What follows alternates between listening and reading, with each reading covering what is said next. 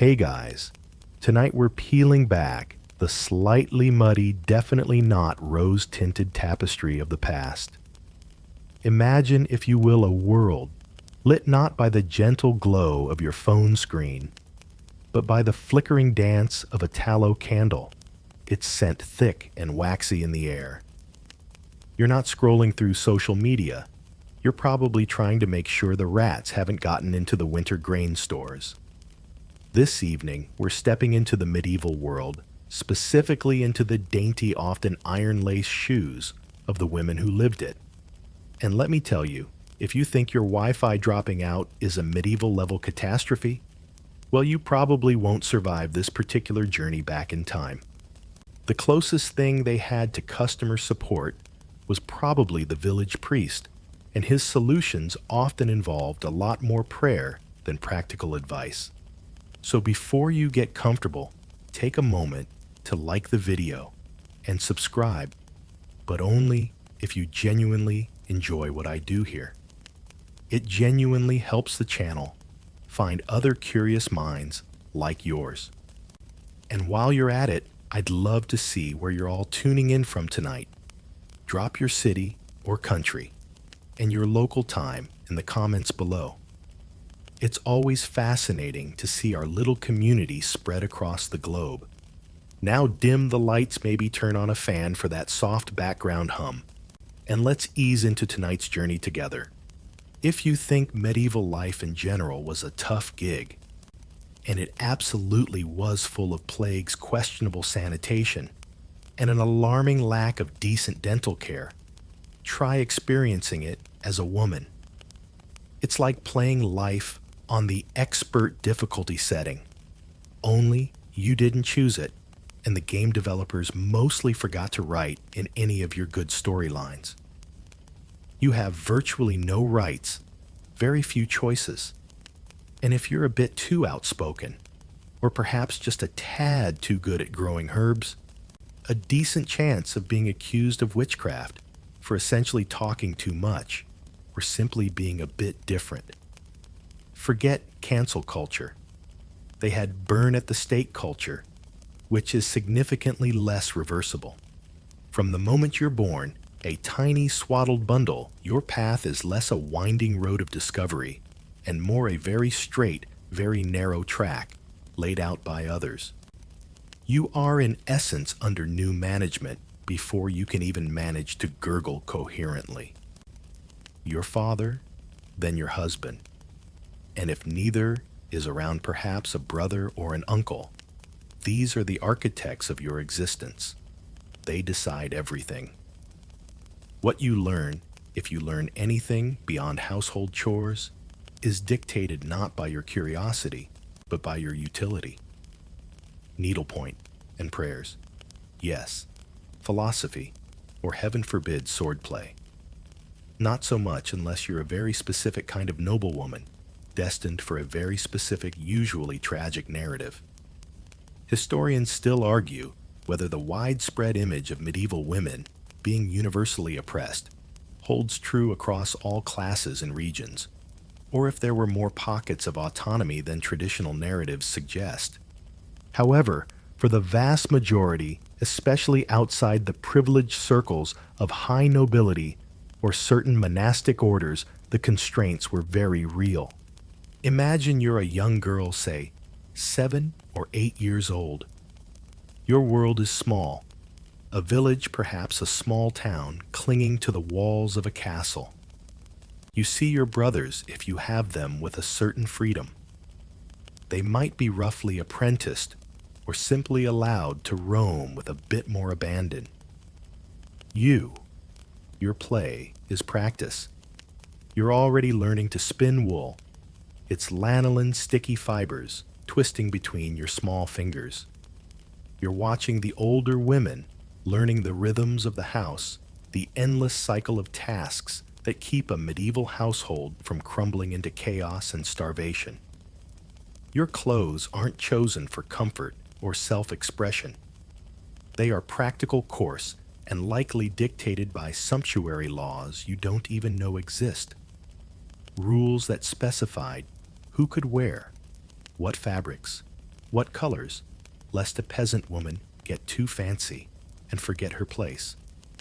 Wouldn't want the social fabric to unravel because someone in a wool tunic suddenly decided purple was their color. The concept of your life, your choices, is a foreign one. The air you breathe is thick with expectations not of what you will achieve, but of whom you will obey.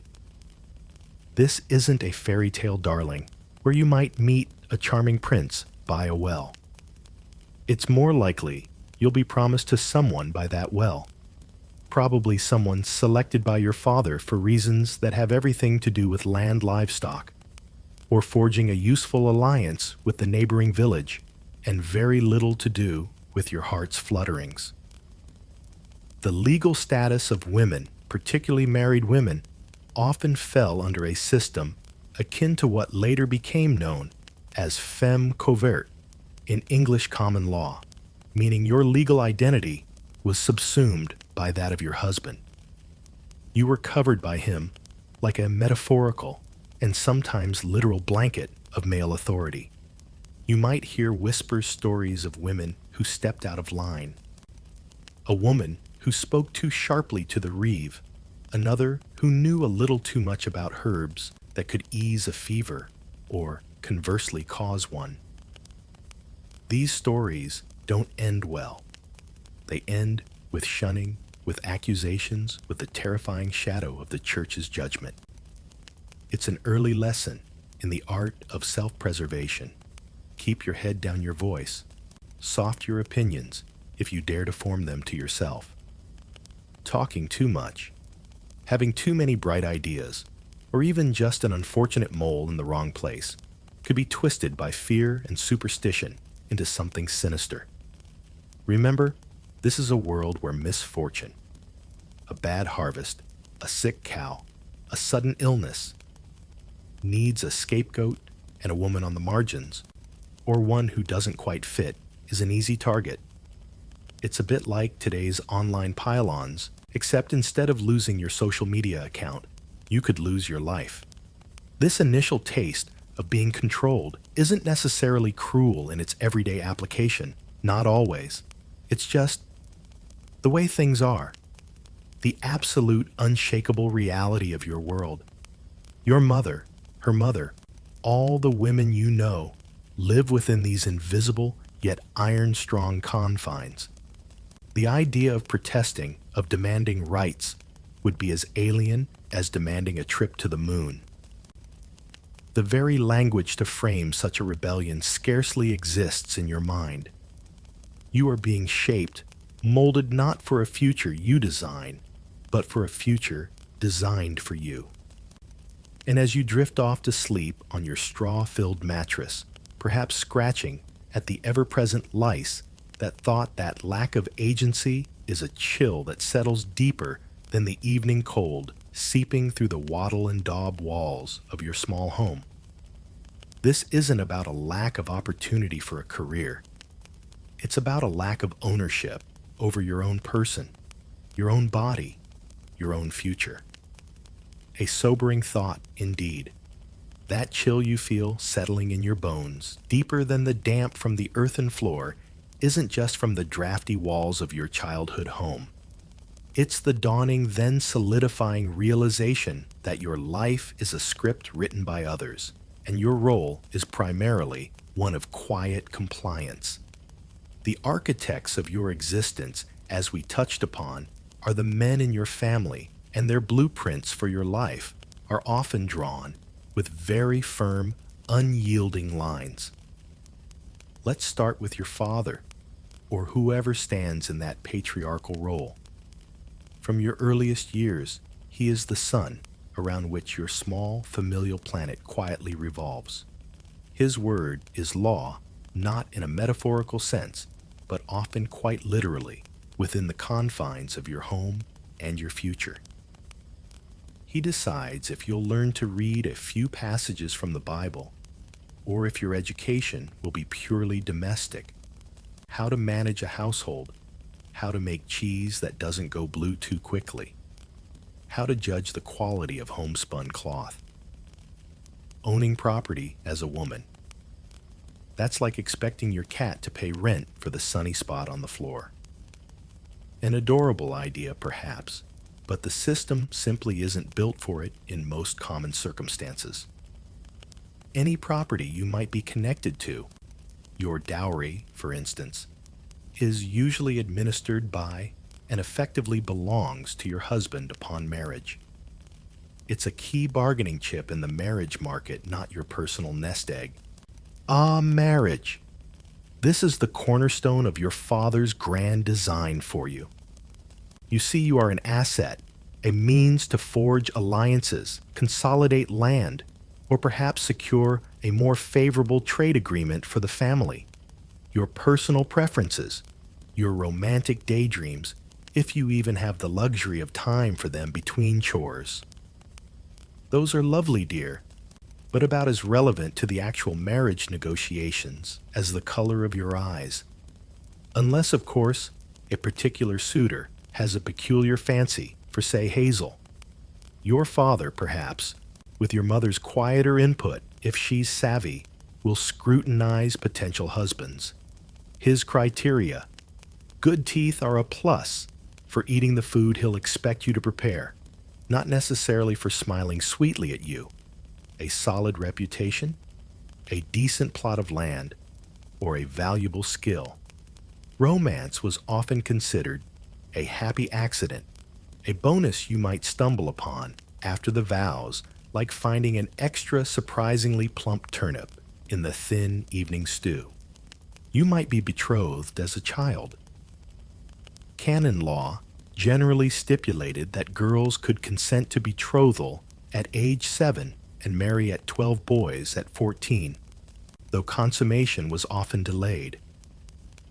Imagine being 7 and already knowing vaguely that your future is tied to some boy in the next village, someone you've maybe glimpsed once at a market fair. As you grow, the expectation of this union solidifies. There's no dating period, no getting to know each other over lukewarm ale at the local inn.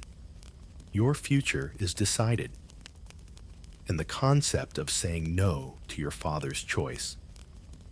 That's a rebellion so profound, so unthinkable for most, that it rarely even enters the realm of possibility. The social and familial pressure would be immense, and the consequences dire. Shunning disinheritance or being packed off to a convent, which, while a refuge for some, was a prison for others. Then comes the day you are handed over quite literally from one man to another, your husband. Now he is your master. That sounds harsh to our modern ears, doesn't it? But in many ways, it was the accepted legal and social reality. He has the right to your obedience, your labor, and your person. Your home is his. Your children will be his, and your daily life will revolve around his needs and his status. Any income you might generate from, say, selling surplus eggs or weaving extra cloth technically belongs to him. There's a fascinating and somewhat quirky array of advice literature from the period, often written by men, of course detailing the ideal wifely virtues: obedience, silence unless spoken to. And even then, brevity was golden diligence and unwavering chastity. Some of these texts are quite specific, down to how you should walk, talk, and even manage your facial expressions to project meekness and devotion. Historians continue to explore the nuances of female agency within these tight constraints, debating whether women found subtle, clever ways to navigate or even subvert these patriarchal structures daily, or if such instances of quiet rebellion were too isolated and risky to truly challenge the overarching system of control. And if your husband is unkind, if he's cruel or lazy, or simply someone you cannot find an ounce of affection for, there is no easy way out. Divorce, as we understand it, a legal dissolution of the marriage allowing both parties to remarry, was virtually impossible for ordinary people.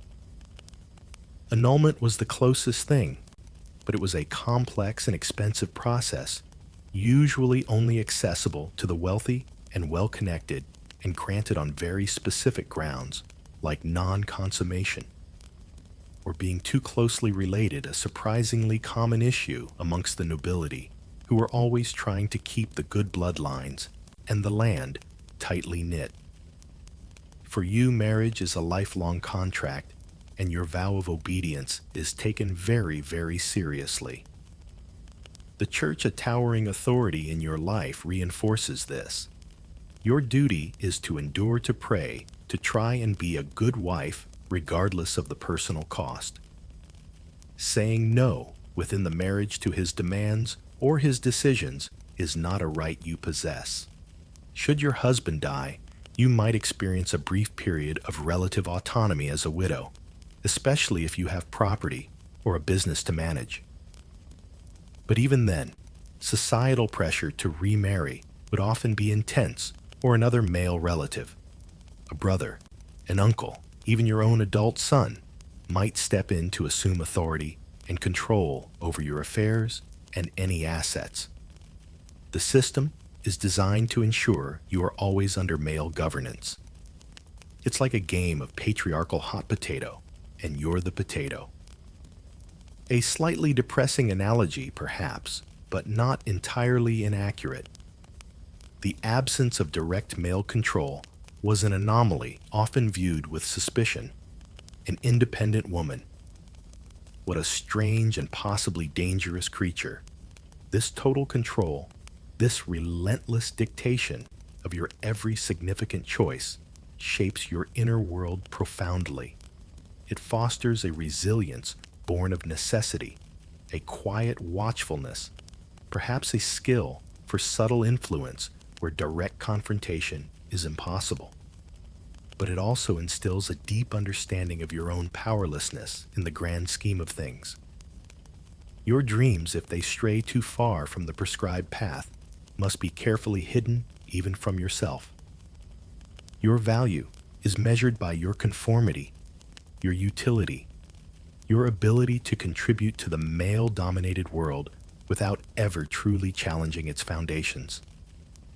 It's a heavy cloak to wear day in and day out, from the moment you understand your girlhood is but a prelude to a life lived in service and submission to the rules laid down by others. So your life is scripted. Your choices are minimal, and you're firmly under the authority of your father or husband. What does this mean for your day-to-day existence? Well, it means work. Endless, unrelenting, and largely invisible work. You are the engine of the household, the silent cog that keeps the whole rickety enterprise of medieval life from grinding to a halt. From the moment the weak gray light of dawn tentatively pokes through the single unglazed window or the gaps in the shutters, to long after the sun has surrendered the sky to the stars. Your labor is not just expected, it's your natural burden. Forget leisurely mornings or a gentle start to your day. You're up before the rooster has even cleared its throat, your first task likely to coax a reluctant flame from the embers in the hearth. That fire is your lifeline, for warmth, for light, for cooking the day's meager meals. You'll fetch water, a task that sounds simple, but often involves a significant trek to the nearest well, or stream, hauling heavy wooden buckets that strain your back and shoulders. Imagine doing that in the biting wind of winter, or the slick mud of spring, your hands raw and chapped. No one's handing you a motivational, "You got this mug. This is just Tuesday," or Wednesday, or any day really. Your weekend plans. Oh, just the usual, surviving. Maybe if you're feeling particularly wild, you'll embark on a daring, unscheduled trip to the well. Thrilling stuff. Then comes the food. There are no supermarkets, no pre-packaged ingredients. If your family is to eat, you're the one transforming coarse grains, a few wizened vegetables from your small kitchen garden, and perhaps a scrap of salted meat if you're lucky, into something edible. This usually means hours spent grinding grain by hand with a quern, a soul-crushingly monotonous task if you don't have access to a local mill. Then it's making dough for bread, the staple of everyone's diet, and baking it in a communal village oven, or a makeshift one at home, always with one eye on the fuel supply, which you also probably helped gather. Pottage, a kind of perpetual stew of grains and whatever vegetables are available, simmers constantly over the fire. And it's your job to keep it going, adding to it, stirring it, ensuring it doesn't burn into a new, inedible form of medieval cement. And children. If you have them, they are your constant companions in this whirlwind of activity. You're breastfeeding an infant, while simultaneously trying to stop a toddler from wandering into the fire, all while keeping the pottage from boiling over and perhaps mending a tear in your husband's tunic. It's the original extreme multitasking championship, and the grand prize is, well, doing it all again tomorrow. Childcare isn't a separate activity. It's woven into the fabric of every other task you perform. There's no daycare, no play dates carefully arranged by app. There's just you, your children, and the unending demands of the day. Your domain extends beyond the immediate hearth. You're likely responsible for a small garden near your dwelling, coaxing life from the often unforgiving soil to supplement the family diet with herbs, onions, cabbages, and peas. You tend to the chickens, collect their precious eggs, and maybe look after a pig, which represents a significant portion of your family's protein for the year. When harvest time comes, you're out in the fields with the men, perhaps not with the heavy scythes, but certainly gleaning, gathering the fallen stalks of grain left behind by the reapers. A back-breaking task that could mean the difference between having enough bread for winter or facing true hunger. Let's not forget the clothes on your family's back. You're involved in almost every stage of their production. You might be spinning wool or flax into thread using a drop spindle or a simple spinning wheel, a task that could occupy any spare moment.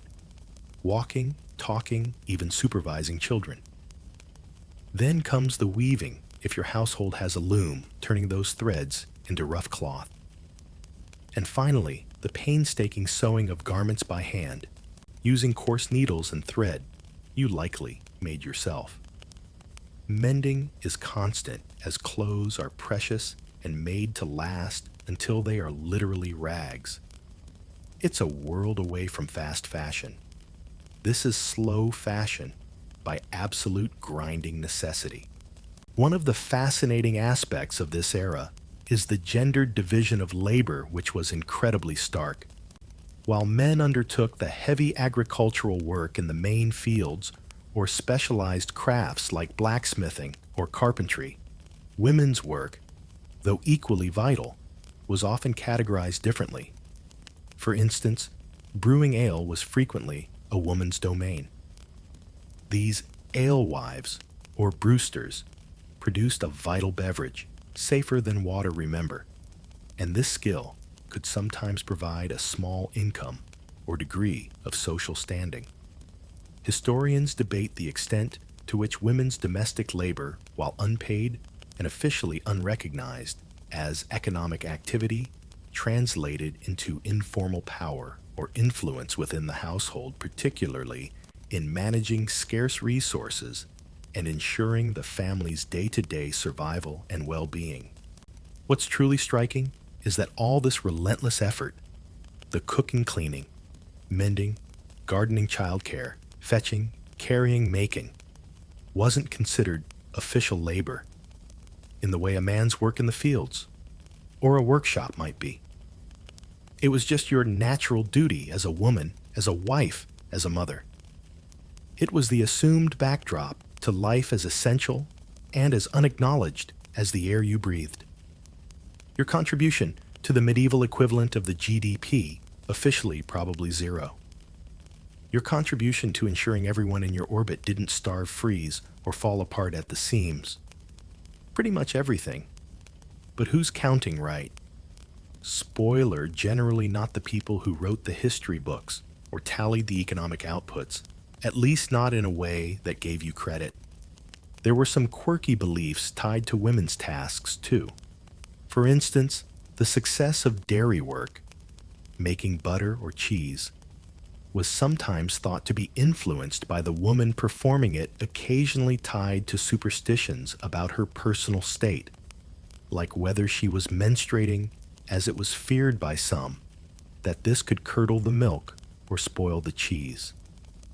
It sounds bizarre, but it highlights how women's bodies and their roles were intertwined with a whole host of beliefs that underscored their perceived connection to the more mysterious, less controllable aspects of nature.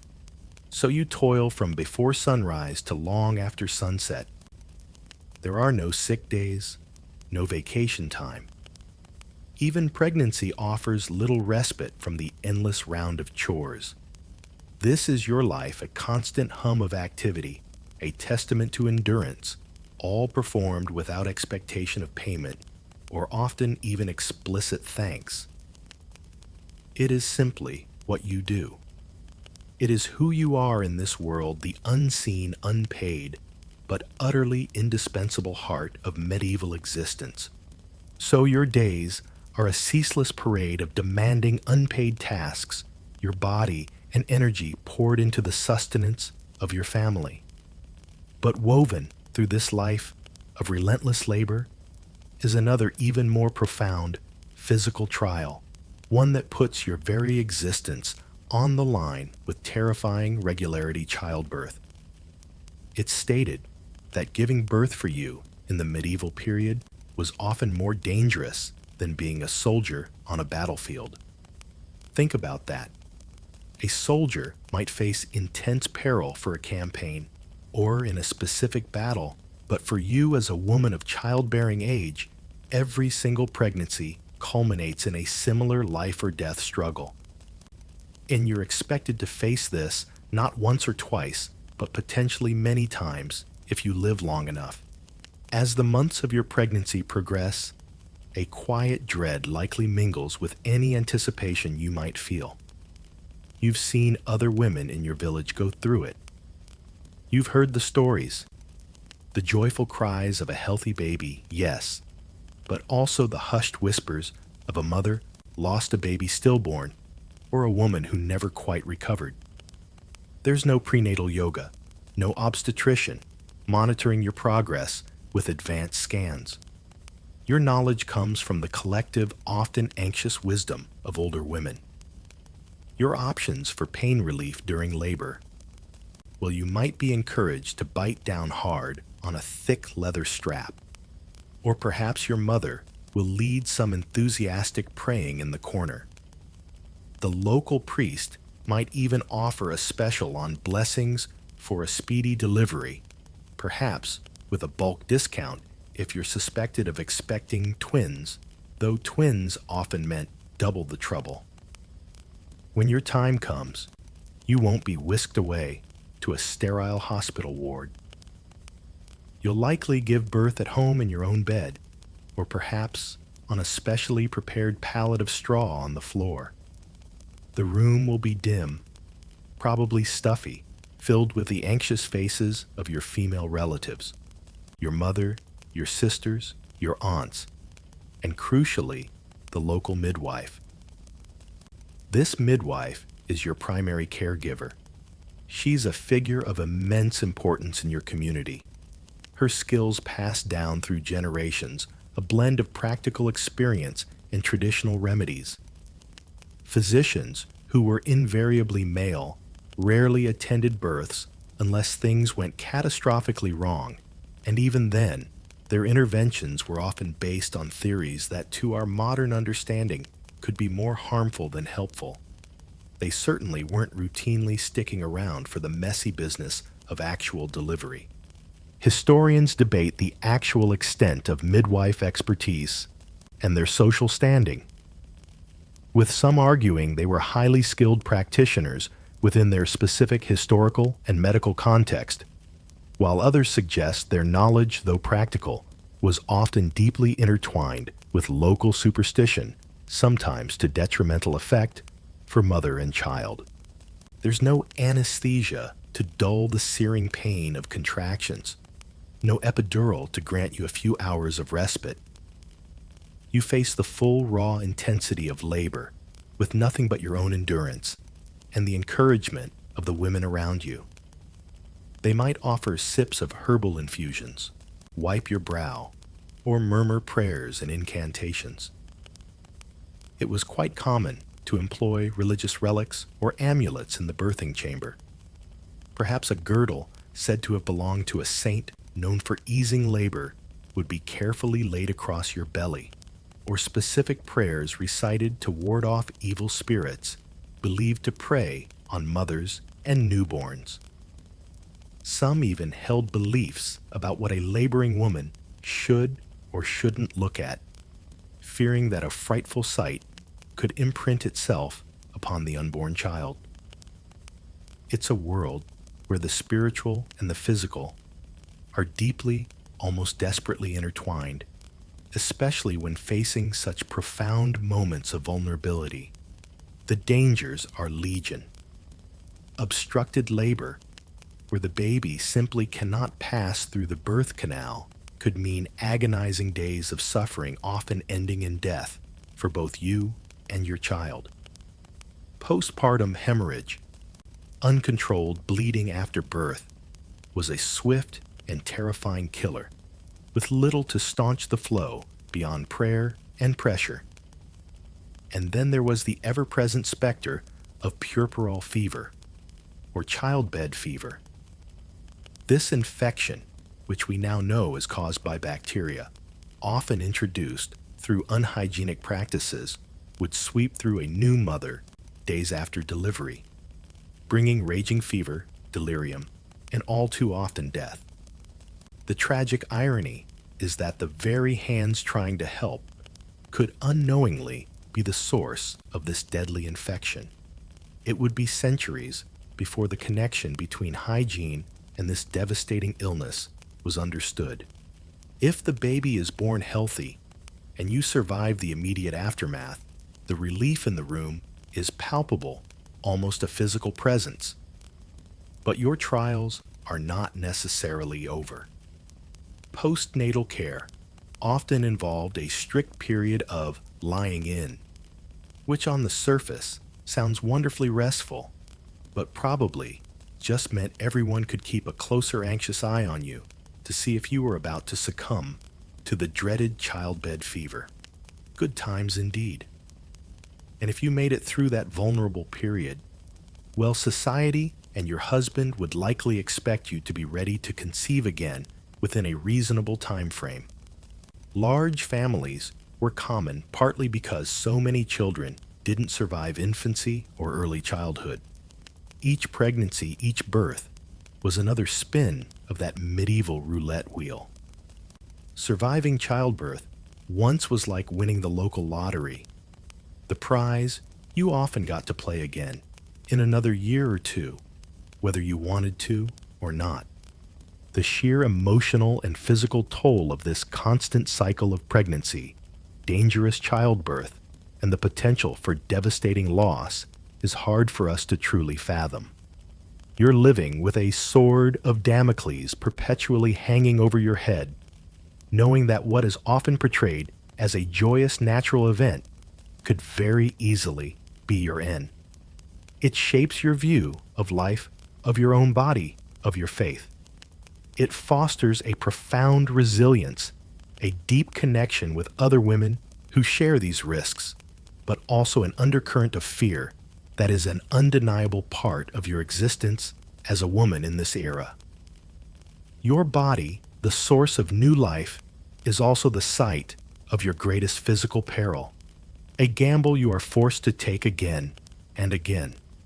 Beyond the immediate visceral dangers of childbirth and the relentless grind of your daily toil, there's another more insidious fear that can haunt your steps a fear that whispers on the wind and lurks in the suspicious glances of your neighbors.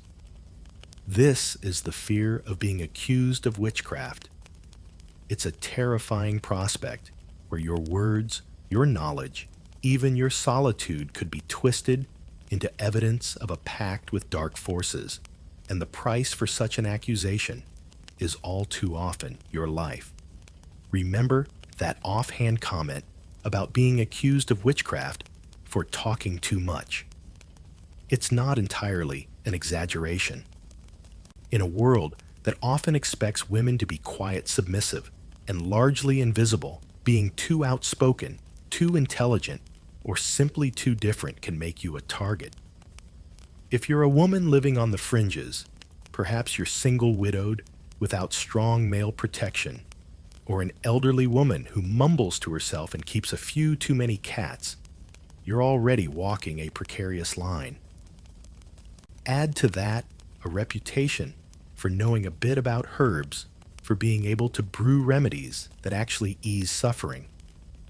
While some might seek your help in hushed tones, others, especially if misfortune strikes, might see your skills not as a blessing, but as something unnatural, something diabolical. The midwife, so essential during childbirth, as we discussed, could also find herself under suspicion if too many births under her care ended in tragedy. It's a fine line between respected healer and suspected hexcaster. Accusations don't necessarily spring from grand, observable acts of sorcery.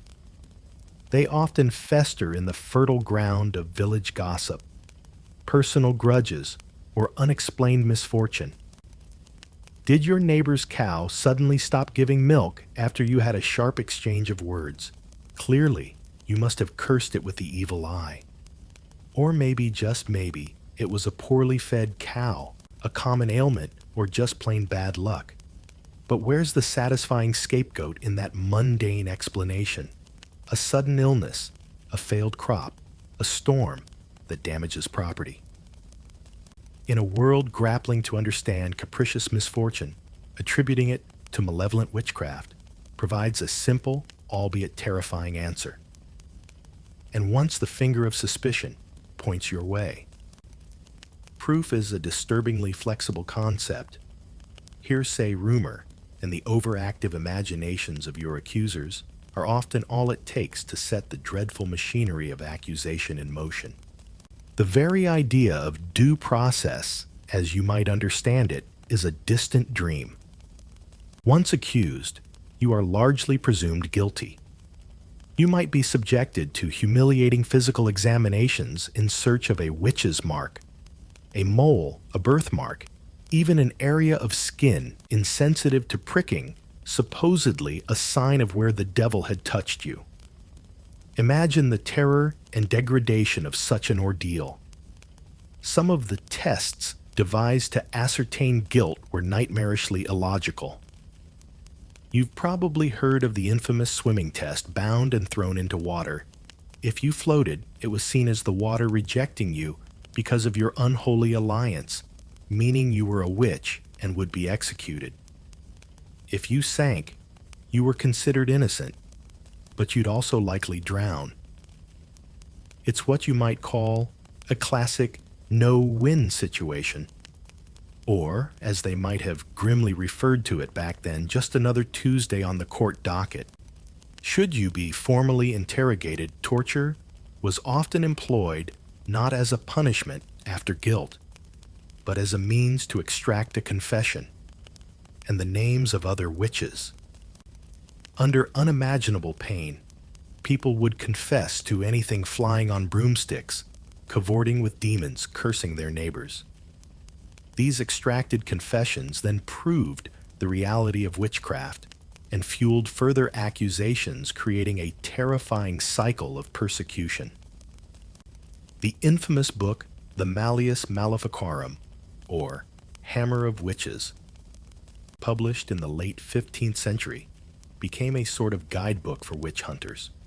While its direct universal impact throughout the entire medieval period is a subject historians continue to debate, with questions focusing on the primary drivers of the major European witch hunts, such as religious fervor, social anxieties, economic pressures, or the deliberate scapegoating of marginalized women. It's certainly codified and amplified existing misogynistic views portraying women as inherently more susceptible to the devil's temptations. So you learn to be careful. You watch your words.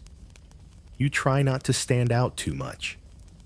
Got a knack for growing herbs that actually make people feel better. Or perhaps you inherited a few too many books from a learned relative and actually enjoy reading them. Careful now, that sort of thing sounds suspiciously like competence or worse, unsanctioned knowledge. And we can't have too much of that floating around, can we? Next thing you know, you'll be demanding fair wages for your healing potions, or expecting a seat on the village council because you have actual ideas. The fear of the pyre of the noose is a potent tool for maintaining the existing social order. It keeps women in their prescribed place, discouraging them from accumulating too much knowledge, too much influence, or too much independence. The psychological toll of living under this constant vague threat is immense. Every unexplained illness in the village, every souring batch of milk, every peal of thunder could potentially lead back to you if you've garnered even a whisper of suspicion. You live with the knowledge that your reputation, and indeed your life, can be destroyed by the most trivial of things. A misinterpreted glance, a jealous neighbor, or simply being in the wrong place at the wrong time when something bad happens. It adds another heavy layer to the burdens you already carry, a chilling reminder that in this world, being a woman, especially one who doesn't perfectly conform, can be a very dangerous thing indeed. The flames of those distant pyres cast long, terrifying shadows, and you pray every single day that those shadows never fall on your door. Beyond the terror of a witchcraft accusation, which could snatch your life away on a whisper of malice, there's a more pervasive daily pressure that shapes your existence as a woman, the relentless cult of virginity and an almost impossible standard of moral purity. Your worth in the eyes of society, and often in your own, is inextricably tied to your sexual chastity. From your earliest awareness, you understand that your virginity is a precious treasure not so much for your own sake, but as a commodity to be presented intact to your future husband. It's the unspoken, yet heavily emphasized centerpiece of your value in the marriage market. The Virgin Mary is held up as the ultimate feminine ideal, pure, submissive, divinely favored. While an inspiring figure of piety for many, she also sets a standard that is for ordinary mortal women, living in the messy reality of the medieval world, incredibly daunting. The Church, a constant and powerful presence in your life, reinforces these ideals. Theologians like Augustine and Aquinas wrote extensively on sin sexuality and the nature of women, often portraying you as inherently weaker, more prone to temptation, and therefore requiring stricter guidance and control by men to maintain your virtue. Your list of expected daily virtues is rather long. You're to be pious, silent unless absolutely necessary, and even then keep it brief, obedient, chaste, and preferably also able to conjure a filling meal from 3 turnips and a prayer during lean times. No pressure, though. Just aim for saintly perfection on a daily basis, and try not to look too conspicuously competent while you're at it. Losing your virginity before marriage for whatever reason is not just a personal misstep. It's a profound sin, a source of deep shame for you and your entire family. It can render you unmarriageable, or at least drastically reduce your prospects, potentially condemning you to a life of dependency and disgrace. Your honor, and by extension, your family's honor, is seen as residing in your sexual purity. And this honor, it seems, is a remarkably fragile thing, apparently located somewhere quite specific on your person and quite easily lost by you, even if someone else forcibly found it. The medieval GPS for locating blame in such situations was, with very few exceptions, remarkably consistent in pointing directly at the woman. This brings us to one of the most brutal aspects of this moral code. If you are subjected to rape, the sin, the shame, the ruin, these are still, almost invariably, considered yours to bear. Instead of compassion and justice, you might face condemnation. You could be seen as having allowed it, or as being inherently spoiled goods. Your word against a man's, especially a man of higher status, often meant very little. Proving your innocence and lack of consent was an almost insurmountable challenge. The focus was not on the violence committed against you, but on the loss of your purity, which was viewed as a stain upon your character and your family's reputation. It's a devastating burden, a profound injustice that could leave you isolated and blamed for your own violation. The ideal, then, is to become something akin to a silent, gentle, and largely invisible saint. You cultivate meekness. You learn to make yourself small, unobtrusive. Your opinions, if they stray from accepted norms, are best kept to yourself. Remember what happened to women who talk too much or seem too knowing. Your piety is your shield, your obedience your safeguard. You're encouraged to emulate the saints, to find solace in prayer, and to accept your lot with quiet resignation. Think of the ideal woman as a sort of beautifully carved religious statue, serene and still, but one that could also miraculously churn butterspin wool, and most importantly, produce legitimate heirs for her husband. She was the original, multifunctional, low-maintenance, divinely approved domestic appliance. For some women, the convent offered an alternative path. It could be a genuine spiritual calling, a place to dedicate your life to God, to pursue learning for a select few, and to live in a community of women, thereby preserving your virginity and dedicating it to a higher purpose. However, convents were not always a choice. They could also be a convenient place for families to send daughters who were deemed unmarriageable, perhaps due to scandal, disability, or simply a lack of a suitable dowry. Or it might be a way to avoid a particularly odious forced marriage. For these women, the high stone walls of the nunnery might feel less like a sanctuary and more like a genteel prison. Historians discuss the complex interplay between the theological ideal of virginity upheld by the Church and the practical, often harsh realities of medieval life. Particularly, how ordinary women attempted to navigate these immense social and religious pressures, and whether there was any socially acknowledged space for female sexuality or fulfillment outside the rigid confines of marriage or monastic life. Sometimes communities would take it upon themselves to enforce these moral codes through public shaming rituals known as charivari or rough music.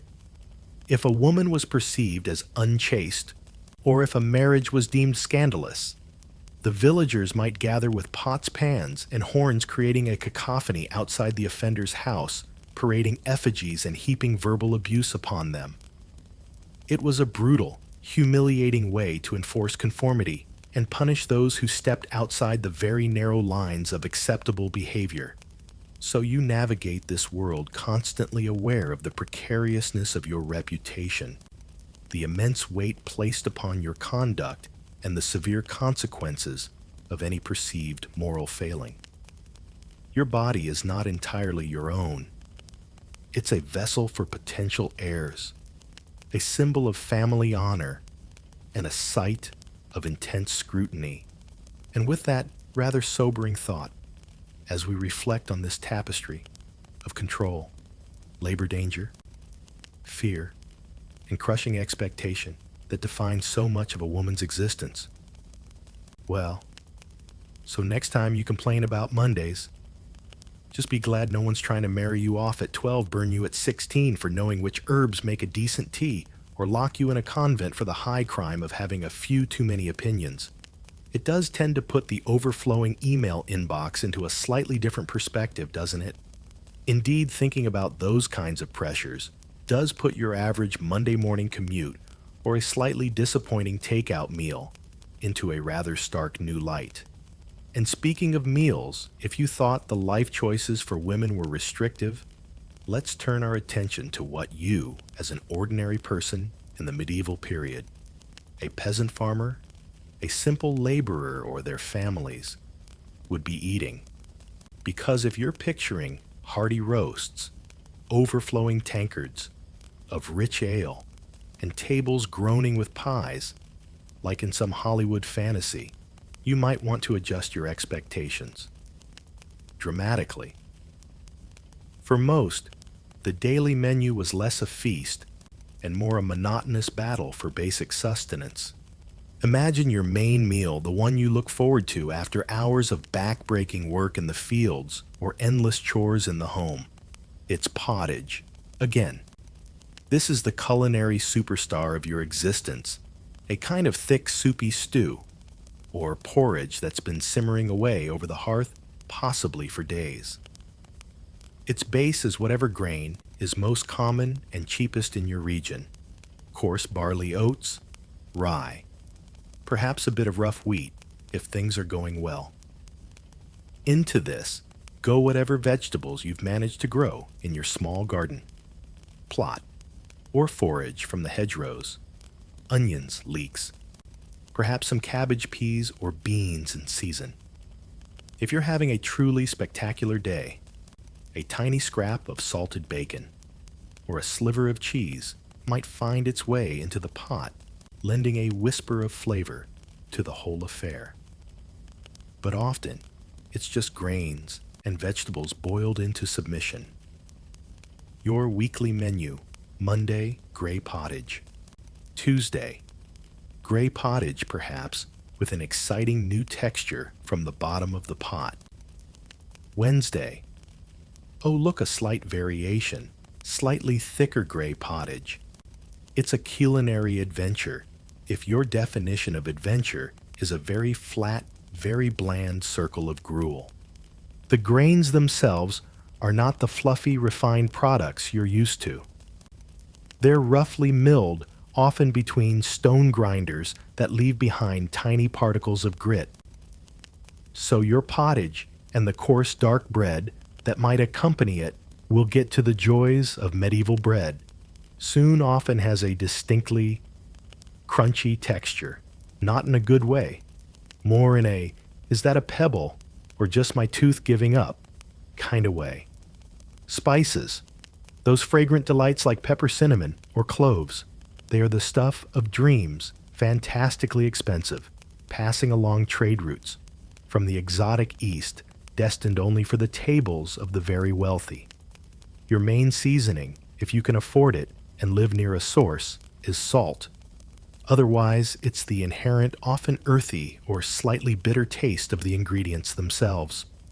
And then there are the truly lean times. The times when the harvest has failed, when the Lord's demands have been too great, or when war has ravaged the countryside. In these desperate periods, the already meager pottage becomes even thinner, the ingredients scarcer. This is when you turn to what are euphemistically called famine foods. You might find yourself out in the fields or woods not just foraging for berries or nuts, but for anything that might fill a gnawing belly. This is where the grim reality of grass pottage comes in. You'd gather specific types of grass's weeds, like nettles carefully boiled to remove their sting, or dandelions, perhaps even tree bark or acorns, and boil them extensively to make them digestible, or at least to give the illusion of a meal. It's not exactly a superfood smoothie designed by a wellness influencer. It's more of a desperation digestive, meant to trick your stomach into feeling full for a little while. At least you could say your diet was thoroughly plant-based, very, very, very plant-based. The medieval peasant diet was in its own way the original farm-to-table experience. Except the table was probably a rough-hewn plank. The farm was often struggling against bad weather and blight, and the main course was frequently whatever didn't get eaten by weevils this week or requisitioned by the local bailiff. Historians actually debate the true nutritional adequacy of the average peasant diet. Some argue that in good years, with a decent harvest and access to common lands for foraging or grazing a pig, it could provide sufficient calories and a surprising range of micronutrients. Others contend that it was chronically deficient, especially in vital proteins and vitamins, leading to widespread malnutrition, stunted growth, a weakened immune system, and a dismally low average life expectancy. The truth probably lies somewhere in between, varying hugely by region, season, and the general fortunes of the year.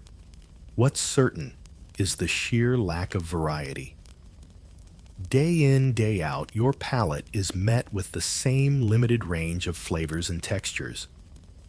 There's a monotony to it that's hard for us, surrounded by an overwhelming abundance of choice, to truly comprehend. Eating becomes less a source of pleasure and more a functional necessity, a way to fuel your body for another day of hard labor. There's no popping out for a different cuisine if you get bored. There's just the pottage pot, a silent steaming monument to your daily reality. This wasn't poor in the sense of not being able to afford luxuries. For many, it was a fundamental grinding poverty of basic sustenance, a life lived perpetually on the edge of hunger, where the difference between a good harvest and a bad one was the difference between scraping by and staring starvation directly in the face. And that constant low-level hum of an unsatisfied appetite, the lack of real joy in the act of eating, becomes just another part of the backdrop of your medieval life. That daily pottage, the bland cornerstone of your medieval diet, rarely made its appearance solo. Its faithful, if somewhat uninspiring companion was bread. Now erase any romantic notions of crusty artisanal sourdough loaves warm from a quaint village bakery. For you, as an ordinary commoner, bread is a far more rustic and often more perilous affair. It's not just part of the meal.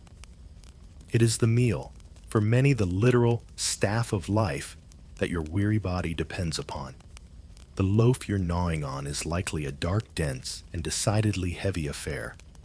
Fine white bread made from sifted wheat. That's for the lord of the manor, the wealthy merchant, or the higher clergy. Your bread is made from an altogether tougher crowd of grains, coarse rye barley, or perhaps maslin, a common medieval mix of wheat and rye grown together. These grains produce a bread that's hearty, yes, but also chewy, in a way that gives your jaw a serious workout, and often possesses a slightly sour or earthy tang. It's baked not every day, but perhaps once a week, or even less frequently if fuel is scarce. This means that for much of its existence, your bread is stale. Rock-hard stale. Got bread solid enough to use as an effective doorstop, or perhaps a particularly unyielding paperweight. Don't even think of throwing it out. That's your sustenance for the next few days.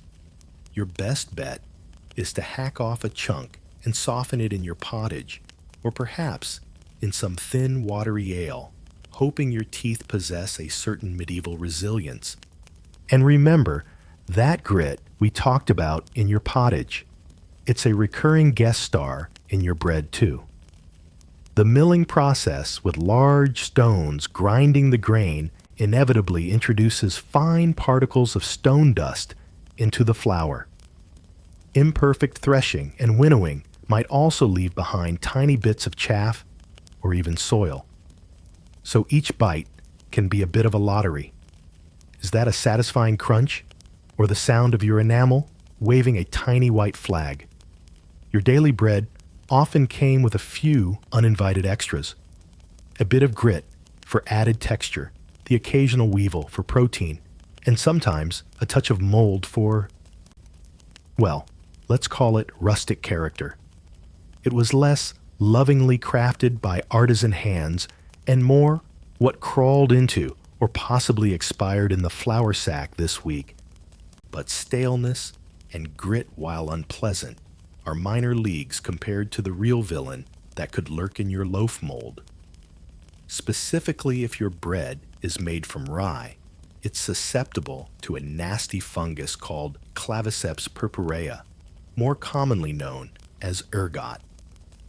When this fungus infects the rye grain, it produces potent toxins, and eating bread baked from this contaminated flour can lead to a horrific condition called ergotism, or, as it was chillingly known in the Middle Ages, St. Anthony's fire.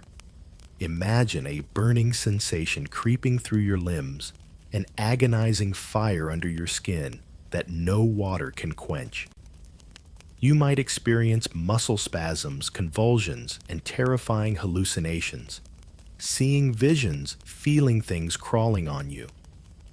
In severe cases, ergotism could cause gangrene, constricting blood flow to your extremities until your fingers, toes, or even entire limbs turned black, shriveled, and eventually dropped off. It was an agonizing, terrifying illness, and outbreaks could devastate entire communities. Historians continue to debate how frequently and severely these ergotism outbreaks actually occurred across different regions, and to what extent medieval peasants were consciously aware of the specific dangers of moldy rye, or if the gnawing pangs of hunger simply overrode any such concerns when faced with a loaf that was only slightly discolored. Beyond the naturally occurring fungal threats, there was also the human element of bread-related woe adulteration. Millers who ground the grain and bakers who made the loaves were sometimes less than honest. To stretch their flour and increase their profits, unscrupulous individuals might mix in extenders like sawdust chalk, ground beans of lesser quality, or even dirt to bulk up the weight and volume of the bread. There were regulations, of course. The assize of bread and ale, for example, which originated in 13th century England, but had parallels elsewhere, attempted to control the price, weight, and quality of these essential foodstuffs. Bakers caught selling underweight or adulterated loaves could face rather public and humiliating punishments, like being fined heavily or dragged through the streets on a hurdle with the offending loaf tied around their neck, or even being put in the pillory. It was a clear message that messing with the people's bread was serious business, though one suspects that for every baker caught, many others continued their dodgy dealings. Some bakers had a special secret ingredient to make their loaves heavier, pure, unadulterated nerve, and also, quite possibly, actual sand. The original, enriched bread, just not quite with the vitamins and minerals you'd hope for. So your daily bread is not just a source of sustenance, it's a source of anxiety. Is it too stale to eat, too gritty to bear? Or most terrifyingly, is it harboring something that could make you or your children fall victim to the dreaded St. Anthony's fire? You inspect it carefully in the dim light of your hut, sniff it, perhaps break off a small piece, and eye it with suspicion. But hunger is a powerful master, and when there's little else to fill the aching void in your stomach, you often have no choice but to take the risk chew that dense, possibly mold-tinged, gritty slice, and pray that this particular loaf won't be the one to bring illness or agony to your door. It's a heavy reliance on a staple that could be quite literally a gamble with your life. So, you're navigating the daily gamble of gritty, possibly mold-infested bread and the monotonous embrace of your bubbling pottage pot. But what happens when the grain chest is truly scraping bottom, when even these bleak staples are scarce? Your gaze and your weary feet then turn towards the hedgerows, the woods, and the fallow fields. You become a forager, not as a quaint weekend hobby, to find some wild garlic for your pesto, but as a desperate daily necessity to ward off the gnawing emptiness in your belly. This is where the humble turnip, often eaten raw in your desperate moments, might take center stage on your very limited menu. Imagine holding a rough, earth-stained turnip in your calloused hands. There might not be fuel to spare for cooking, or perhaps the hunger is too immediate, so you rub off the worst of the dirt and bite into its crisp, watery flesh. It's not exactly a flavor explosion. Raw turnips are peppery, a bit earthy, and decidedly bland, but they offer a satisfying crunch and, crucially, some substance. They fill a void. Eating raw turnips day after day is a testament to your resilience, or perhaps your stomach's ability to process just about anything. The noble turnip, your crunchy, watery companion in times of dire need. It won't win any culinary awards, let's be honest, but it's loyal. And when you're truly hungry, the criteria for a 5-star review often boils down to simply being round, available, and vaguely edible. Your foraging basket, if you're lucky enough to have one otherwise, it's your apron, or simply your hands, might also contain a motley collection of other finds. You'd gather wild greens, like nettles, which, as we know, need careful handling and boiling to neutralize their sting. Assuming you have the fire, bitter dock leaves, dandelions, and wild sorrel. These would be added to the pottage if there was any, or perhaps eaten raw if your hunger was pressing enough. Their sharp, sometimes unpleasant flavors, a stark contrast to the blandness you're otherwise used to. In autumn, if you lived near accessible woodland, you might search for nuts. Hazelnuts, if you're fortunate, or more commonly acorns. Acorns are bitter with tannins and require a lengthy process of leaching in water. To make them palatable, a lot of work for a small reward. But calories are calories when starvation looms. Berries in their fleeting season would be a rare treat, a burst of sweetness in an otherwise unsweetened world. And then there are fungi, mushrooms. While some varieties are delicious and nutritious, others are deadly poison. There's no friendly app on a smartphone to help you identify them, just the accumulated, often imperfect folk wisdom passed down through generations. Every time you pick a mushroom, you're taking a small gamble. Get it right, and you have a savory addition to your meal. Get it wrong, and you could face agonizing sickness or death. Your foraging basket today might contain 3 slightly suspicious-looking mushrooms, a handful of undoubtedly bitter greens, and a root that looks vaguely like a medieval curse made vegetable. Bon appétit. It's not exactly Michelin star dining. It's more along the lines of surviving until the stars come out tonight, hopefully, without severe gastric distress. This constant search for scraps extends beyond wild plants. You'd meticulously glean the fields after the Lord's harvest, stooping for hours to pick up every last dropped stalk of wheat or barley. These tiny amounts gathered with immense effort could be vital. Sometimes desperation might drive you to riskier ventures. The woods and rivers are often teeming with game: rabbits, birds, fish. But these usually belong to the lord of the manor. Forest law, particularly in places like England, was incredibly strict, designating vast tracts of woodland as royal or noble hunting preserves. For you as a peasant, foraging for firewood might be permissible, often only for fallen branches, not cutting live trees, but hunting or trapping even a small rabbit could lead to brutal punishments if you were caught by the Lord's gamekeepers. Fines, mutilation, like having a hand chopped off, or even death. Yet when your children are crying from hunger, the temptation to set a simple snare to risk it all for the promise of a tiny bit of meat must have been immense. Thinking of snaring a plump rabbit from the Lord's estate. That's a high-stakes dinner plan. The rabbit might end up simmering in your pot, or you might end up simmering in the Lord's dungeon, with a significantly reduced appreciation for wild game.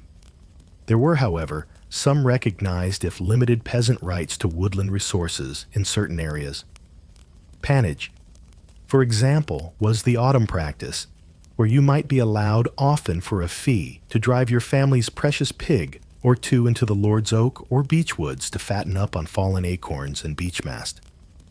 This was crucial for ensuring your pig was hefty enough to be slaughtered and salted down for the winter. This reliance on shared or rather permitted access to the Lord's resources highlights just how intertwined your survival was with the local ecosystem and the prevailing, often restrictive, legal structures. Historians continue to debate the true, overall nutritional contribution of these various forage foods to the medieval peasant diet. Some argue it formed a vital and regular supplement, especially during the hungry gap of late spring before the first harvests. Others suggest that while helpful, its impact was often marginal and too unreliable to provide a substantial buffer against true widespread famine. What is undeniable is that for many, life was a perpetual hunt for calories.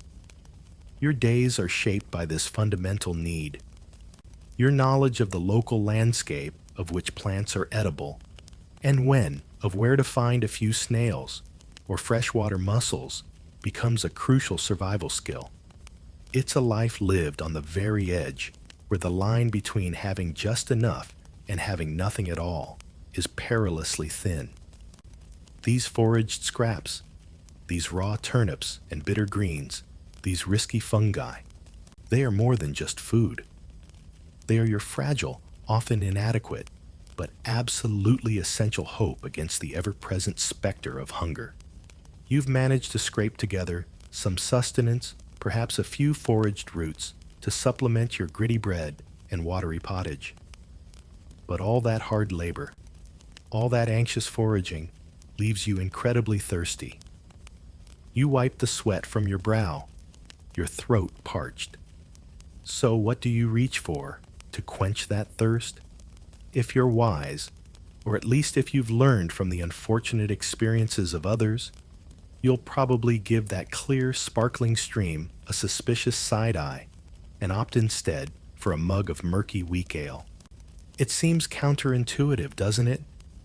We're taught that clear water is good, clean water. But in your medieval world, that crystal clear river water, or even the water drawn from the village, well, could be a death trap. Think about it. There are no modern sanitation systems, no sewage treatment plants. Animal waste from the fields, human waste from nearby homes, often just tossed into the street, or the nearest ditch runoff from polluting local industries, like tanneries with all their lovely chemicals and decaying animal bits. It all has a tendency to find its way into your water sources. That invitingly cool stream water. It might look pure, but it could be teeming with invisible enemies, the kind that bring on dysentery, cholera, typhoid, and a host of other delightful intestinal ailments that could easily kill you, especially if you're already weakened by a poor diet. Drinking straight water was essentially playing medieval roulette with your digestive system. The local tanner probably rinsed his hides just upstream, and good old Farmer Giles, your neighbor, likely emptied his chamber pot with a cheerful fling just around the bend. Delicious, no. This is where ale comes to the rescue, or at least offers a less overtly hostile option. The brewing process itself, specifically the boiling of the wort, the liquid extracted from the malted grain, kills off many of the harmful bacteria that thrive in contaminated water. So the ale, even if it's what they called small ale, a very weak low alcohol brew made from the second or even third runnings of the malt, is generally a safer bet for daily hydration than untreated water. It's not that medieval people fully understood germ theory, but they certainly understood through harsh experience that drinking ale often led to fewer unpleasant life-threatening illnesses than drinking water. Now, this small ale you're drinking isn't the crisp, hoppy craft brew you might find in a trendy bar today. Oh no. It's likely cloudy, perhaps, with bits of grain still floating in it, hence the murky descriptor. It would have a low alcohol content, often just enough to act as a mild preservative and differentiate it from water, but not enough to get you tipsy after a hard day's work. You needed your wits about you. Its flavor would be, well, variable. It could be slightly sweet, slightly sour, or just blandly watery, with a faint taste of grain. Your daily ale, it's weak, it's cloudy, and it probably tastes faintly of sadness and damp straw. But, hey, the crucial part is that it probably won't dispatch you to the afterlife quite as swiftly as the local well water might. It's all about managing expectations and choosing the lesser of two evils. Of course, other beverages existed. Wine was widely consumed, but for the wealthy, or for those of you living in regions where grapes grew abundantly. For most common folk in, say, England or Northern Europe, wine was an expensive imported luxury. Cider made from fermented apple juice was popular in apple-growing regions and could be a good alternative to ale. Milk. While available, it was highly perishable without refrigeration. It was often turned into cheese or butter, which lasted longer, rather than being drunk fresh in large quantities by adults. It was sometimes seen more as food for young children or the infirm. Your beverage options for daily hydration often boiled down to potentially lethal water or ale that has been charitably described by historians as a thin, poor creature. It's less of a delightful choice and more of a pick your preferred level of potential gastrointestinal distress kind of situation. Ensuring the quality of ale was actually a serious concern. In many towns, there were official ale conners, or ale tasters. These were individuals tasked with sampling the ale produced by local brewers. Remember those alewives we talked about earlier, to ensure it was drinkable and fairly priced. There are some wonderfully quirky, though possibly apocryphal tales about their methods. One such story claims that an ale taster would spill a bit of the ale onto a wooden bench, sit on the puddle in his leather breeches, and if after a short while his breeches stuck firmly to the bench, it meant the ale contained too much unfermented sugar or had been improperly brewed and was therefore of poor quality. Whether they actually risked their trousers in such a fashion is debatable, but it highlights that people cared about not being cheated or sold truly dreadful brews.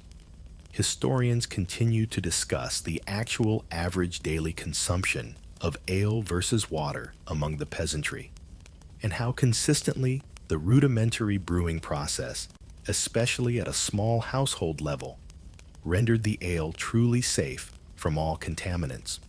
So you lift your wooden or earthenware mug of thin, murky ale. It's not a drink you savor for for its complex notes or refreshing zest. It's fuel. It's hydration. Most importantly, it's a calculated risk, generally a better one than the alternative.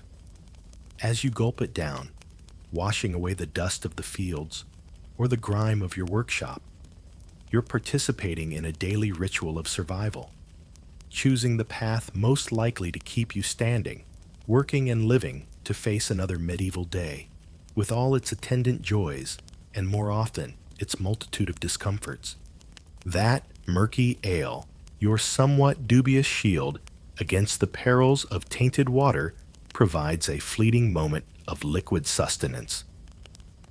But as the days shorten and a different kind of chill begins to bite at the air, your thoughts turn with a familiar dread to the approaching winter. The sun, already a reluctant visitor for much of the year, becomes even more scarce, its weak rays offering little warmth. This isn't just a season of cozy hearth fires and festive cheer for you. It's a prolonged battle against a relentless, bone-chilling cold, fought with minimal weaponry and in profoundly inadequate shelter. Your home, if you're a typical peasant, is not a snug, insulated cottage. It's likely a 1 or 2 room structure, perhaps built with a timber frame and walls of wattle and daub, a lattice of woven twigs packed with clay mud and straw, or rough-hewn logs. The floor is probably beaten earth cold and damp beneath your feet. Windows, those are a luxury. If you have them, they're small unglazed openings, perhaps covered with wooden shutters that you close tight at night, or maybe stretched animal skins or oiled linen that let in a sliver of murky light but do little to keep out the drafts. Your windows are in essence mostly optional. Great for a bit of a breeze. In the height of summer, even better for inviting every single icy winter gust to an extended, unwelcome party right in your living space. It's the original open-plan living concept, whether you signed up for it or not. The centerpiece of your defense against the encroaching cold is the hearth, usually located in the middle of your main room. This isn't a grand stone fireplace with a towering chimney. It's often just a designated patch on the earthen floor where you build your fire. Smoke. Oh, there's plenty of that. It fills the room, stinging your eyes and coating every surface with a layer of soot before eventually, hopefully, finding its way out through a hole in the thatched roof or gaps in the walls. Your home heating system, in effect, is a smoky fire that makes you weep involuntarily and ensures everything you own smells vaguely like a well-cured kipper. Central heating, as you might imagine, was a distant, almost utopian dream, possibly involving tame dragons or some other equally fantastical notion. And fuel for this fire is a constant concern. Wood is the primary source. But remember those forest laws we talked about. You can't just wander into the Lord's woods and chop down a tree. You're likely restricted to gathering fallen branches, a meager and quickly depleted resource, especially when everyone in the village is doing the same. If you live near a peat bog, you might cut and dry peat for fuel. Otherwise, it's dried animal dung or whatever combustible material you can scrounge. The curfew. A bell rung in the evening in many towns and villages from the French couvre-feu, meaning cover fire, was a signal to bank your fires or extinguish them for the night. While primarily a measure to prevent devastating accidental fires in tightly packed wooden dwellings, it also meant that during the coldest hours from deep night until dawn, your main source of heat was significantly diminished, if not entirely absent. So how do you stay warm? Layers. Lots and lots of layers. Your clothing is made from coarse wool linen, which isn't particularly warm, but is durable, and perhaps some leather if you can afford it. You pile on tunics, leggings, and cloaks. Your winter wardrobe essentially consists of layers upon layers of probably quite itchy wool, topped with yet more itchy wool. You end up looking somewhat like a poorly wrapped, rather lumpy present, and despite all these efforts, you're often still freezing to your very core. But hey, on the bright side, at least the fleas, lice, and other tiny companions sharing your garments have a cozy, multi-layered home for the winter too.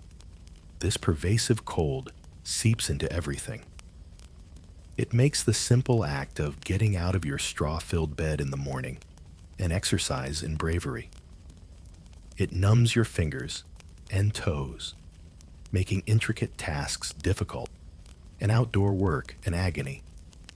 Frostbite is a common companion, leaving its mark on exposed skin. Chilblains, painful, itchy swellings on your extremities caused by repeated exposure to cold, are an accepted misery of winter. The damp cold also exacerbates respiratory illnesses. Coughs and lung infections flourish in these conditions. Historians debate the extent to which peasant housing design, despite its apparent crudeness and lack of obvious insulation, might have incorporated certain passive heating strategies or offered slightly better protection than commonly perceived, particularly in structures where animals were housed in an adjoining section or even within the same building, a buyer dwelling their collective body heat, providing a marginal but perhaps vital source of warmth. You try to stay active to generate body heat, but the short dark days limit outdoor work. Inside, the gloom is broken only by the flickering firelight or the dim glow of a tallow candle, if you can afford one. The nights are incredibly long and intensely cold. You huddle with your family under shared blankets or furs, seeking collective warmth, listening to the wind howl outside, feeling the drafts snake across the floor. There's no real escape. The cold isn't just outside. It's inside your home, inside your clothes, deep in your bones. This is winter in your medieval world. Not a picturesque wonderland, but a harsh, enduring siege where survival means withstanding months of relentless, penetrating cold with little more than a smoky fire and your own shivering resilience. And to make matters even more challenging, this period of history brushes up against, and in some cases falls directly within what climatologists call the Little Ice Age, a time of generally cooler temperatures and sometimes more severe winters that gripped parts of Europe, making your struggle against the cold even more profound.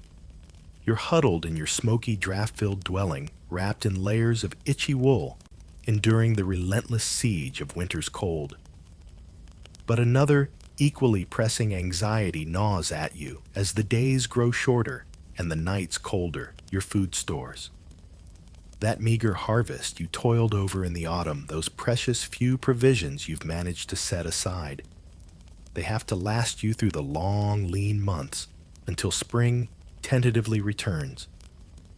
And you have to achieve this feat of culinary endurance without the benefit of a refrigerator, a freezer, or even a vaguely reliable Tupperware container.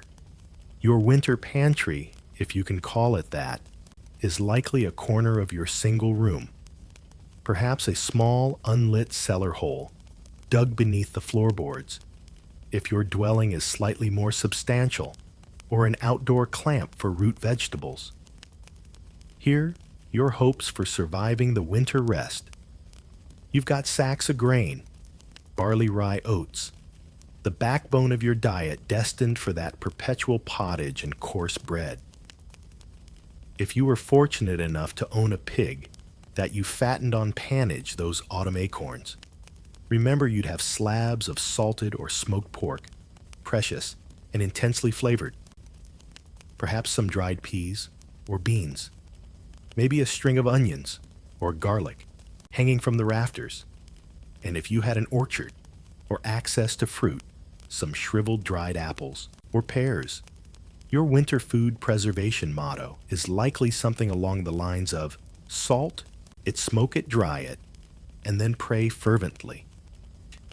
And if any of it still looks vaguely like its original form by February, you consider it a minor miracle, or perhaps just a very interesting ongoing science experiment. Salting is your primary weapon against decay for meat and fish. You'd rub coarse salt deep into the flesh or pack it in barrels between layers of salt.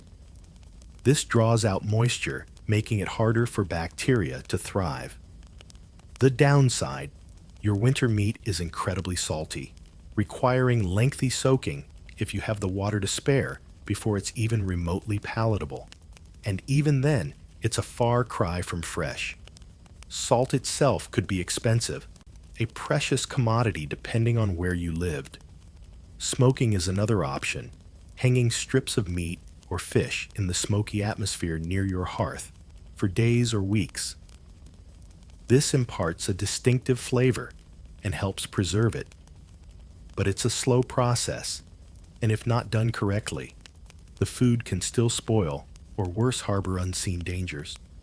Drying is crucial for fruits, some vegetables, and of course grains. You'd spread them out in the weak autumn sun, or perhaps near the warmth of the fire, turning them regularly, hoping they dry thoroughly before mold sets in or the insects find them. But a damp autumn or an already cold house can make proper drying a challenge. Pickling and fermenting, creating things like sauerkraut from cabbage, were also known using brine to preserve vegetables and even add some tangy flavor. A welcome relief from the blandness. Root vegetables, like your trusty turnips, along with carrots and parsnips, if you grew them, would be stored in cool, dark places, perhaps buried in sand or straw in a root cellar, or an outdoor earth clamp, a mound of earth covering a pit of vegetables. Even here, they are vulnerable to frost rot and the relentless burrowing of rodents. And the pests. Oh, the pests. Your tiny food stores are not just for your family. They represent an open invitation, an all-inclusive winter resort for every rat, mouse, and weevil within a considerable radius. You wage a constant, often losing battle against these tiny thieves who nibble away at your precious supplies, contaminate them with their droppings, and generally make your life more difficult. They don't even have the courtesy to leave a thank you note, just tiny, unwelcome tokens of their visit. You might employ cats if you have them, and they're good hunters, or set rudimentary traps. Some people would strew specific herbs around their storage areas, hoping the strong scent would deter the invaders, or even whisper charms and incantations, a testament to the desperation of protecting every last crumb. The ever-present threat of spoilage hangs heavy in the air, quite literally sometimes. Without refrigeration, the slow creep of mold and bacteria is a constant enemy. Is this piece of salted meat supposed to be quite that shade of green? And is that furry patch a new kind of edible moss, or something more sinister? These are the troubling culinary questions that might keep you up at night, along with the gnawing hunger if your stores are already running low. You learn to trust your nose and your eyes, but when faced with the alternative of eating questionable food or eating nothing at all, you often take the risk. The concept of botulism wasn't understood, of course, but improperly preserved foods, especially meats and sausages that weren't cured or smoked thoroughly, could indeed be deadly. Such deaths might be attributed to bad humors, tainted air, or even, as we've discussed, witchcraft, when the real culprit was lurking silently in the food itself. Historians actively debate the overall effectiveness and the widespread, consistent application of these various food preservation techniques among the general peasantry, particularly how regional variations in climate-available resources like salt or fuel and local traditions impacted their success rates and the specific methods relied upon. What's clear is that despite your best efforts, a significant portion of your stored food might be lost to spoilage pests or damp. And because your initial hoard was likely so meager to begin with, just enough to hopefully see you through if all went well, every lost handful of grain, every rotting turnip, every piece of meat that goes rancid is a devastating blow. This brings you ever closer to the dreaded hunger gap, that desperate period in late winter and early spring when the previous year's stores are at their absolute lowest and the new season's growth has yet to offer any relief. It's a time of profound anxiety watching your precious, hard-won reserves dwindle, knowing that the health and survival of your family depend entirely on these fragile, slowly decaying supplies. Your valiant efforts to preserve your tiny hoard of food have reached their inevitable grim conclusion. The salted meat is a distant memory. The grain sacks are depressingly empty, and even the questionable turnips have been gnawed down to their unappetizing cores. You are now deep in the icy clutches of winter, and the hunger gap is no longer an abstract fear, but your daily grinding reality. This is the time of true despair, when starvation and sickness walk hand in hand through your village, and hope itself feels like a forgotten luxury.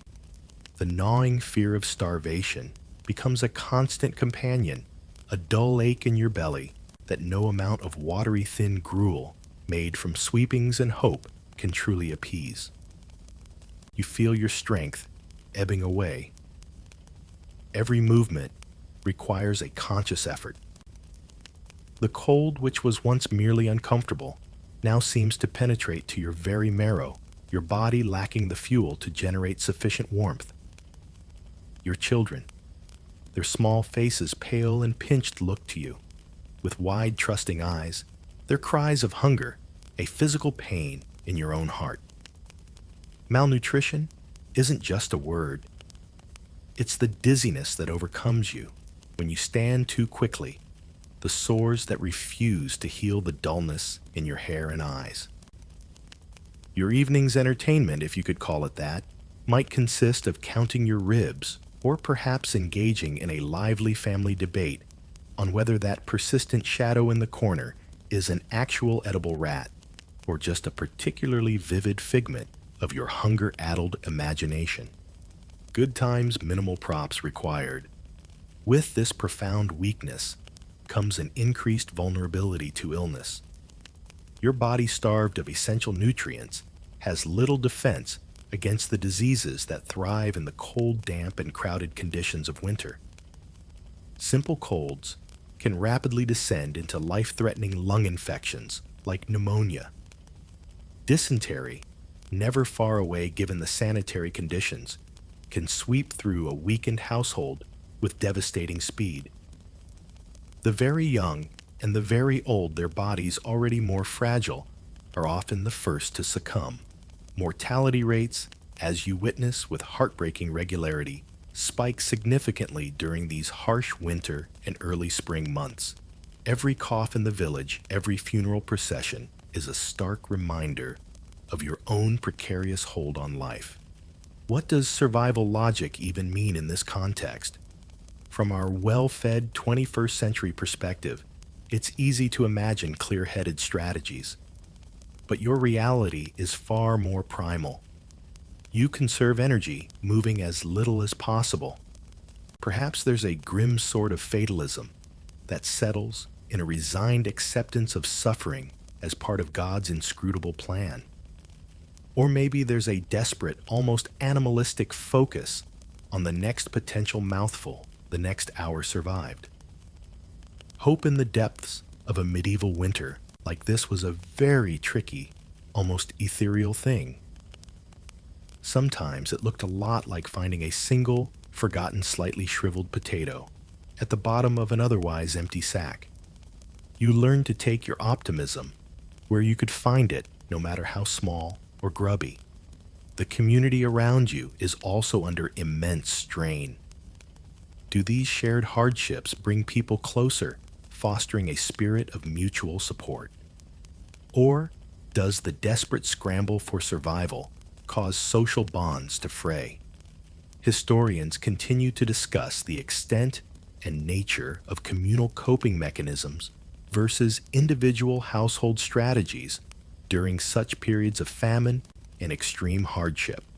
They question how effectively medieval village societies, with their existing hierarchies and limited resources, could actually mitigate widespread starvation, or if it more often led to a grim scenario of every family for itself, with suspicion and hoarding replacing neighborly sharing. You might see acts of incredible kindness. A family with a tiny bit more sharing with one that has nothing. Or you might see doors barred and a desperate, fearful silence hanging over the village. There might be attempts to bolster spirits, or at least mark the grim passage of time. Plow Monday, the first Monday after the 12 days of Christmas, which for you would have been a very modest affair if observed at all beyond religious duties, traditionally signaled the time to theoretically resume agricultural work. It was a symbolic look towards the distant spring, even as the worst of winter still lay ahead. Sometimes men might drag a plow through the village, collecting alms or food, a ritual that was part practical, part symbolic expression of hope, or perhaps just grim determination. You might also turn to prayer, with renewed fervor, invoking specific saints believed to offer protection against famine, cold, or the particular illnesses ravaging your community. Your survival strategy for the deep winter hunger often boils down to a few key points. 1. Try not to move more than absolutely necessary. 2. Attempt to master the subtle art of looking convincingly like you might have eaten sometime in the last week. 3. Develop a sudden, intense, and deeply personal interest in the theological meaning of suffering. It's not exactly a comprehensive battle plan, but it's something. The darkness, both literal and metaphorical, feels endless. The nights are incredibly long, filled with the sounds of coughing, the cries of hungry children, and the howling of the wind that seems to mock your suffering. Each dawn brings not relief, but another day, to endure another day, to search for a scrap of anything edible, another day, to watch your loved ones weaken. The absence of hope is perhaps the heaviest burden of all, a suffocating blanket that smothers the spirit. Spring, with its promise of warmth and new life, seems an impossibly distant dream, a half-forgotten legend. From a time when your belly didn't ache with such relentless emptiness. The darkness of midwinter, with its gnawing hunger and chilling despair, has held you in its frozen grip for what feels like an eternity. Each day has been a monumental effort of endurance, a victory simply to see the weak sun rise again. But even the longest, most brutal winter must eventually begin to loosen its hold. You've been counting the days not with any certainty, but with a desperate, almost prayerful attention to the subtle shifts in the world around you, desperately trying to outlast winter's suffocating presence. At first, the change is almost imperceptible. Perhaps the biting wind loses a tiny fraction of its ferocity. Maybe the gray, oppressive sky seems a shade lighter for a few moments longer each afternoon. You notice the days, though still achingly short and cold, are slowly, almost shyly beginning to lengthen. A bird you haven't heard for months might tentatively sing a few notes. These are the faintest whispers of a promise, a fragile signal that the world might be turning back towards life. You see a tiny green shoot, no bigger than your little finger, bravely poking its head through the still frozen mud near a sheltered wall. Is it a genuine miracle? Is it a fleeting hallucination brought on by months of turnip-centric thoughts and wishful thinking? Either way, in that moment you're pretty sure it's the most profoundly beautiful, hope-filled thing you've ever laid eyes upon. But this is no sudden, joyous arrival of spring. The hunger gap, that cruel chasm between your depleted winter stores and the new growth, is still very much your reality. In fact, this tail end of winter can be the most dangerous time. You and your family are at your absolute weakest, your bodies ravaged by months of malnutrition and cold. It's a bitter irony that some who managed to survive the deepest freeze might succumb now, just as relief is theoretically on the horizon. Your desperate foraging continues perhaps with even more urgency. You search for the very first edible things to emerge, the young tender leaves of nettles boiled, always boiled wild garlic, if you're lucky enough to find it, the aforementioned lamb's lettuce, also known as corn salad, or any other hardy green that dares to show its face. These first greens are not particularly calorie-dense, but they offer a taste of freshness, a hint of vital nutrients your body craves, and an immeasurable psychological boost. That first mouthful of a fresh, slightly bitter spring green after months of the dreary, monotonous, winter flavor palate. It's like your taste buds are being carefully, cautiously rebooted. And they're mostly just overwhelmingly grateful it's not another desiccated turnip. The period of Lent often falls during this lean time. While for the wealthy, it meant a pious and perhaps slightly inconvenient abstention from meat and dairy for you, it might not have drastically changed your already meager plant-heavy diet. However, the overarching religious focus on penitence and the anticipation of Easter, with its promise of renewal and resurrection, could add another layer to the complex emotional landscape of this period. A spiritual longing for deliverance that mirrors your physical craving for sustenance. You watch the agricultural calendar with an almost desperate intensity, or rather, you watch for the signs that the land itself is ready. The thawing of the ground enough for the plow to finally break the soil is a monumental event. The planting of the first hardy crops like peas or barley is an act of profound faith, investing your last reserves of energy and seed into the hope of a future harvest. Every small sign of nature's reawakening is scrutinized. There might be local folk beliefs about the behavior of certain animals or the precise timing of when specific wild plants flower, traditional markers passed down through generations that signal the true retreat of winter and the safe arrival of spring.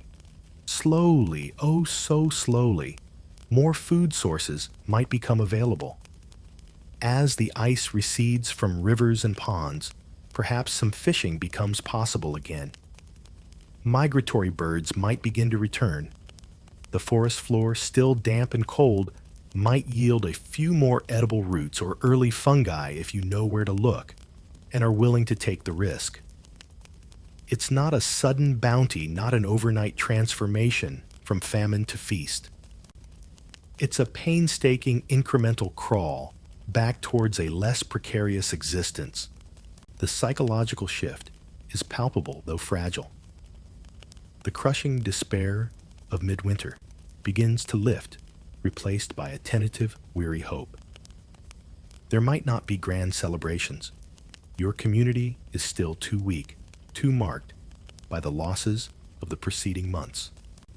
Historians often debate the true psychological impact of spring's arrival on medieval peasant communities, whether it was invariably met with unbridled relief and joyous celebration, or if the profound trauma and grief of the winter months cast a long, persistent shadow, tempering any feelings of elation with a deep-seated caution and the vivid memory of those who didn't make it.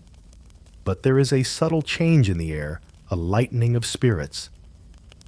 Perhaps it's time to shed just one of your 7 or so layers of itchy matted wool. You're practically naked by comparison and only mildly refreshingly hypothermic. Progress.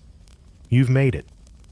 You've stared into the abyss of winter's worst, endured the gnawing hunger, the biting cold, the rampant sickness, and you've somehow, almost miraculously, survived until spring.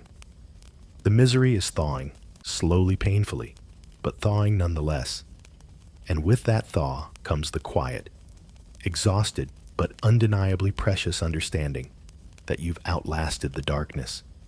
The first fragile greens of spring, the subtle lengthening of the days, the almost imperceptible softening of the air. These are your rewards for enduring winter's brutal siege. You've made it through another cycle of hardship, another season, where survival itself felt like a monumental victory. And as you stand on this cusp of renewal, it's perhaps a moment to reflect, not just on the misery of the winter past, but on the sheer unyielding harshness that defines so much of your medieval reality. Think back through the tapestry we've woven. If you were a woman, your life was largely scripted from birth. Your choices circumscribed by fathers, husbands, and societal expectation. Your labor unending and unrecognized, your very body, a vessel for perilous childbirth, and a focal point for anxieties around purity and witchcraft. Regardless of your gender, if you were one of the common folk, your daily fare was a monotonous cycle of bland pottage and gritty, often moldy bread, with true hunger, a frequent unwelcome guest, especially when winter's icy grip tightened. You battled to preserve what little you had against rot and pests, without refrigeration, without reliable methods, knowing that every spoiled scrap brought starvation a step closer. You faced the bone-chilling cold with little more than a smoky fire and layers of coarse wool, your home a drafty, dim shelter against the elements. And in the darkest depths of winter, you confronted the gnawing fear of starvation and the rampant spread of sickness with hope dwindling like the last embers of a dying fire. This wasn't just a series of unfortunate events. This was the very fabric of existence for so many. The average life expectancy in this world hovered somewhere in the low 30s, a stark number heavily skewed by the appallingly high rates of infant and child mortality, but also a testament to the daily grind of disease, malnutrition, and unrelenting hardship that wore down even the strongest bodies over time. It's no wonder that the concept of Fortuna's wheel, the capricious goddess of luck spinning her great wheel, raising some up and casting others down without rhyme or reason, was such a potent image in medieval thought. When life is so precarious, so subject to the whims of weather plague and unforeseen disaster, it's natural to feel that powerful, unpredictable forces are at play. Ah, the simple life of the Middle Ages, as some might wistfully imagine it. So simple, in fact, that your primary daily objectives often boiled down to try not to die of the plague today. Endeavor to avoid starvation for another 24 hours. See if it's possible not to freeze solid overnight. And for an added layer of excitement, attempt to behave in such a way that no one accuses you of witchcraft and has you burned. Easy peasy right. Next time your Wi-Fi speed dips for 30 seconds during your favorite streaming show, or your artisanal coffee isn't quite the right temperature, perhaps spare a thought for your medieval counterpart whose idea of a connectivity issue was the bridge over the river being washed out, cutting off access to the only mill, and whose beverage complaint might involve picking weevils out of the communal ale. It's this perspective that perhaps offers the most enduring takeaway from our journey. Understanding the sheer relentless adversity of the past doesn't necessarily make our own modern anxieties disappear, nor should it invalidate our own struggles, but it can recalibrate our sense of scale.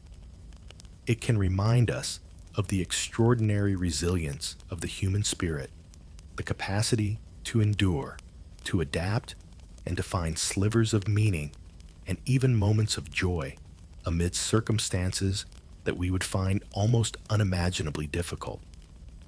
Historians continue to explore the medieval peasant's worldview, debating their capacity for happiness or contentment amidst such pervasive hardship. Did a different set of expectations, a strong communal fabric in some instances, and a deeply ingrained religious framework allow for a sense of well-being that is difficult for us, with our modern sensibilities, to fully grasp or appreciate? It's a fascinating question, one that reminds us that human experience is complex and multifaceted even in the grimmest of times. So the next time you find yourself grumbling about a bad Monday, a traffic jam, or a minor inconvenience, take a quiet moment. Remember the feel of that coarse, itchy wool against your skin, the gnawing emptiness of the hunger gap, the chill of a drafty room, where the only warmth comes from a smoky, inadequate fire. Remember, the absolute lack of choice in so many fundamental aspects of life, the ever-present shadow of sickness and early death, the sheer, unadulterated effort it took just to make it from one sunrise to the next. It's not about feeling guilty for our modern comforts.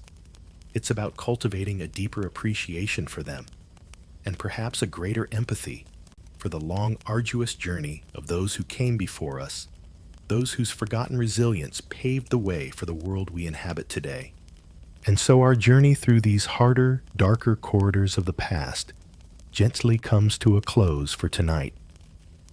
The images of endless toil of meager meals and biting cold of lives lived under the weight of fear and rigid expectation can be heavy to carry. But as you settle deeper into your own comfort, let these shadows recede. Feel the softness of your bed, the quiet security of your room, the gentle hum of the world outside your window, a world so vastly different, so rich in possibilities and protections that would have seemed like the wildest fantasy to those we visited tonight. The resilience we've glimpsed, that stubborn spark of survival against overwhelming odds, is a testament to the enduring human spirit. Allow that thought to be a quiet comfort. Let the knowledge of their hardship not weigh you down, but instead, perhaps lighten your own burdens with a touch of perspective, a whisper of gratitude for the simple ease of your now. The night is for rest, for dreams, for the gentle unwinding of the day's thoughts. May your own dreams be untroubled by the specters of moldy bread or drafty walls. May you drift off, surrounded by peace, warmth, and the quiet reassurance that your Monday, however it may unfold, is a world away from the trials we've explored together. Breathe deeply. Let the stories fade into the soft stillness of the night, and embrace the tranquility of your own safe haven. Sweet dreams.